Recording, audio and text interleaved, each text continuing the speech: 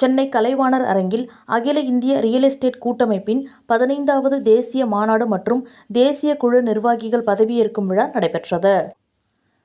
முன்னதாக இந்த விழாவிற்கு நிறுவனரும் தேசிய தலைவருமான ஹென்றி ஆறுமுகம் அவர்கள் தலைமை வகித்தார்.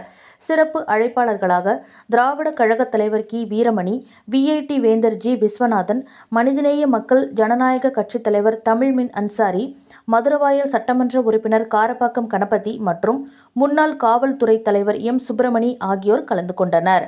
அதன் பின்னர் 8வது தேசிய குழுவின் புதிய நிர்வாகிகள் பெயர் வெளியிடப்பட்டது.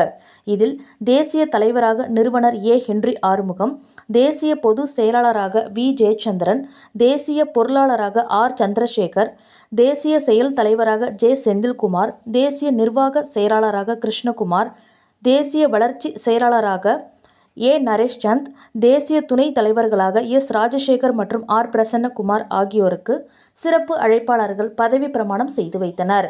கூட்டமைப்பில் தமிழகம் மற்றும் இதர மாநில நிர்வாகிகளும் பதவியேற்றுக் கொண்டனர். அதன் பின்னர் திராவிட கழக தலைவர் வீரமணி அவர்கள் அகில இந்திய ரியல் எஸ்டேட் கூட்டமைப்பின் வழிகாட்டல் நூலினை வெளியிட்டு சிறப்புரை வழங்கினார்.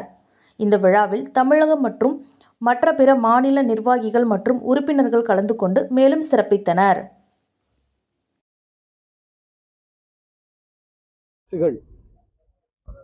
கொண்டு வந்திருக்கிற கிட்டத்தட்ட 118 திட்டங்களுக்கு நன்றி தெரிவித்து தீர்மானம் நிறைவேற்றியிருக்கிறோம்.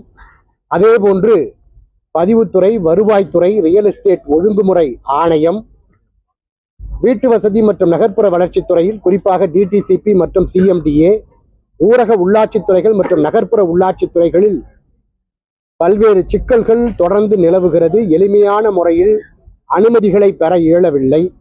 மனிதனுடைய வாழ்வியலே அடிப்படை தேவைகளில் ஒன்றான உணவு, உடை, உறையுள் என்று சொல்லக்கூடிய இருப்பிடம், அது எல்லோருக்கும் கனவு. அந்த கனவு நினைவாகிட வேண்டும். அப்படி நினைவாக வேண்டும் என்று சொன்னால் அரசு பல திட்டங்களை எளிமைப்படுத்த வேண்டும், பல திட்டங்களை மாற்றியமைக்க வேண்டும், பல திட்டங்களை நீக்கிட வேண்டும். அப்படி பொருந்தாத சட்ட திட்டங்கள் இன்றும் நிலவுகிறது. அது குறித்து அரசுக்கு நாங்கள் கோரிக்கைகளாகவும் தீர்மானங்களாகவும் இன்றைய தினம் முன்வைத்திருக்கிறோம். குறிப்பாக பதிவுத்துறையிலே ஆன்லைன் 3.0 திட்டத்தில் பல குளறுபடிகள் இருக்கிறது. வழிகாட்டி மதிப்பு சம்பந்தமான பல பிரச்சனைகள் தொடர்ந்து நீடித்து வருகிறது. பதிவு அலுவலகங்களிலே இணையதளங்கள் பல நாட்களிலே முடக்கப்பட்டு வருகிறது. பல சார்பதிவாளர்களினுடைய நிலைப்பாடு அங்கு பொதுமக்களுக்கு பெரிய அளவிலே இடையூறுகளை ஏற்படுத்தி அரசுக்கு அவப்பெயரை ஏற்படுத்தி வருகிறது. இப்படி பதிவுத்துறையில் மட்டுமல்ல, வருவாய்த்துறையில் பல பிரச்சனைகளை சந்தித்து வருகிறார்கள். கிராமநத்தம் பட்டாமனைகளில் பிரச்சனைகள் நிலவுகிறது. ரியல் எஸ்டேட் ஒழுங்குமுறை ஆணையத்தில் காலதாமதம் ஏற்படுவதோடு பல சட்ட திட்டங்கள் பொருந்தவில்லை. அது குறித்தும் நாங்கள் அரசுக்கு கோரிக்கையாக முன்வைத்திருக்கிறோம். அதே போன்று ஊரக உள்ளாட்சி துறைகளிலே கிராமப்புறங்களில் வீட்டுமனை பிரிவுகளை நாங்கள் அபிவிருத்தி செய்தால் நகரத்துக்கு இணையாக அபிவிருத்தி செய்ய வேண்டும் என்கிற பல முரண்பாடுகள் அங்கே நிலவுகிறது. இவையெல்லாம் அரசுக்கு நாங்கள் கோரிக்கையாக முன்வைத்திருக்கிறோம்.